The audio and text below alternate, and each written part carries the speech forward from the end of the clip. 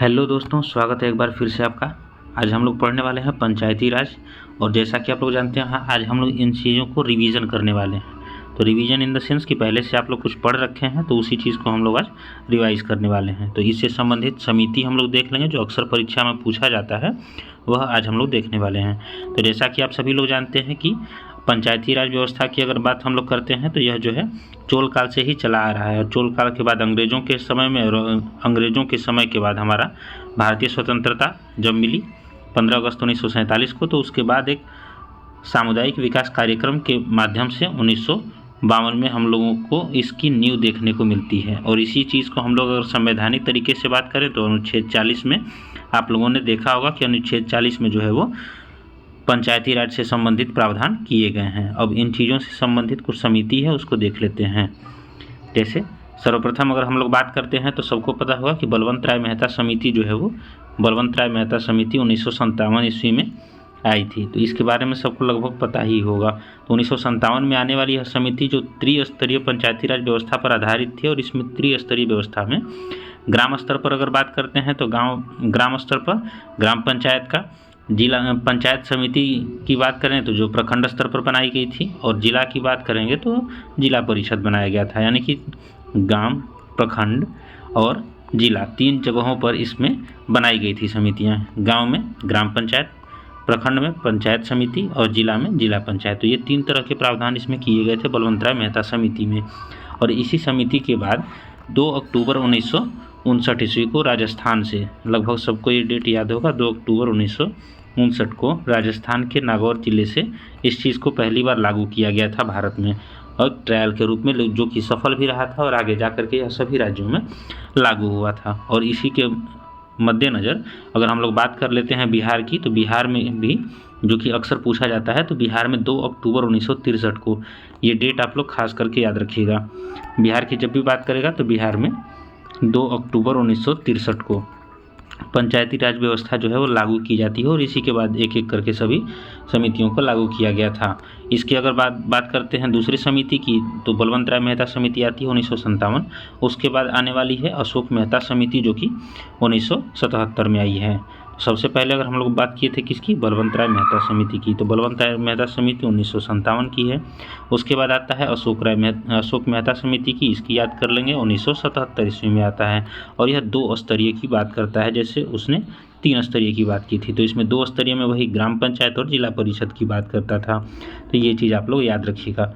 तीसरा समिति आता है हनुमंत राव समिति। हनुमंत राव समिति की बात कर लें, तो ये भी पंचायत से संबंधित है, और 1983 ईस्वी में एक आया था हनुमंत राव समिति, इसको याद कर सकते हैं। 1983 में आया था। जस्ट इसके बाद एक आया था जीवीके राव समिति। जीवीके राव समिति थोड़ा सा चर्चा में रहता है, क्योंकि इससे संबंधित प्रश्न बार बार पूछे जाते हैं। जीवीके राव समिति 1985 ईस्वी में आया था, और 85 में आने के बाद इसने 4 स्तरीय चीज़ों की बात की थी। तो 4 स्तरीय जो है अभी तक पूरे भारत में कहेगा तो सिर्फ और सिर्फ एक पश्चिम बंगाल में ही लागू है। तो इसको आप लोग ध्यान में रखिएगा।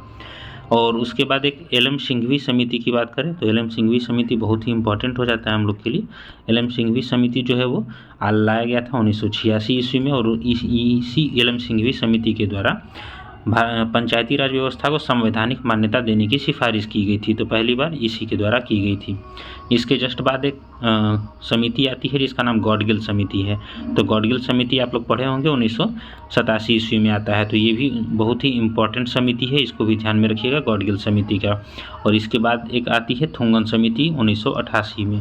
तो जितने भी समिति का नाम आपको अभी बताए हैं, चाहे वो बलवंत राय मेहता समिति हो, अशोक मेहता हो, जीवीके राय की 4 स्तरीय हो, एल.एम. सिंघवी समिति की संवैधानिक प्रावधान की हो, गॉडगिल समिति 1987 वाली, या फिर थुंगन समिति 1988 की, ये सभी समितियां अक्सर परीक्षा में पूछे जाते हैं। तो इससे संबंधित प्रावधान को याद रखिएगा।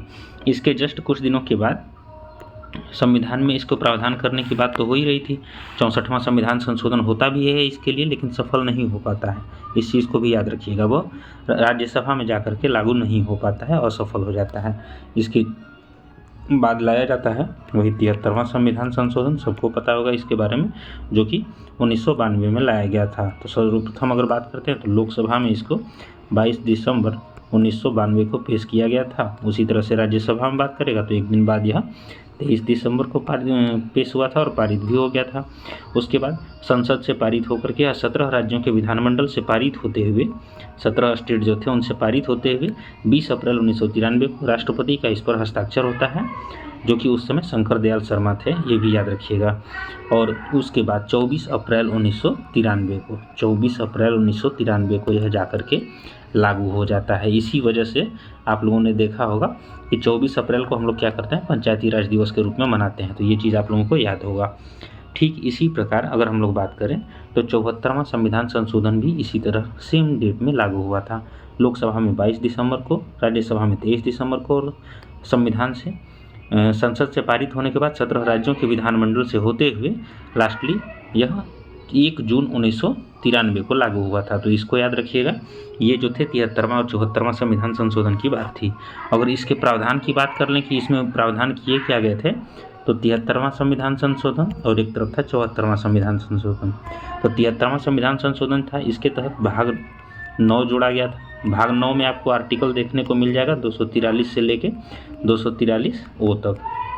तो इसमें टोटल इतने आर्टिकल भी जोड़े गए थे और साथ ही साथ इसमें एक अनुसूची भी जोड़ी गई थी, अनुसूची 11। अनुसूची 11 में टोटल 29 विषयों को शामिल किया गया था, जो कि पंचायत से संबंधित होगा और इस पर पंचायत कानून बना सकती है, इसको ऐड किया गया था। ठीक इसी तरह से 74वें संविधान संशोधन की बात कर लें तो इसमें भी भाग 9 के को जोड़ा गया था। भाग 9 के को, भाग 9 का क इसमें जोड़ने के बाद इसमें आर्टिकल वही इसके आगे जोड़ा गया था। 243 ओ के बाद पी आता है, तो पी से जेड जी तक इसमें जोड़ा जाता है। और अनुसूची की बात कर लें तो अनुसूची इसमें 12 जोड़ी गई थी, जिसमें कि 18 विषयों को शामिल किया गया था कि नगर पालिका या नगर निकाय जो है वो इससे संबंधित है। तो ये भी याद रखिएगा कि 73वां में पंचायती राज की बात और 74वें में नगर निकाय की बात करता है। तो इस तरह से हम लोगों ने पंचायती राज से संबंधित लगभग प्रमुख प्रावधान को देख लिया है हमने।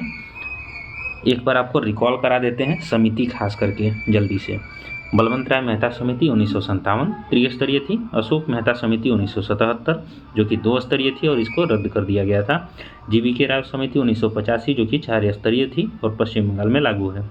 एम सिंघवी समिति जो कि 1986 में आया था, इसको याद रखिएगा। कौडगिल समिति 1987 का, थोंगन समिति 1988 और एक समिति हनुमंत राव समिति करके आता है 1983 में, जो इससे संबंधित है। आशा है आपको अच्छे से समझ में आ गया होगा। मिलते हैं आपसे नेक्स्ट वीडियो में, तब तक के लिए थैंक्स।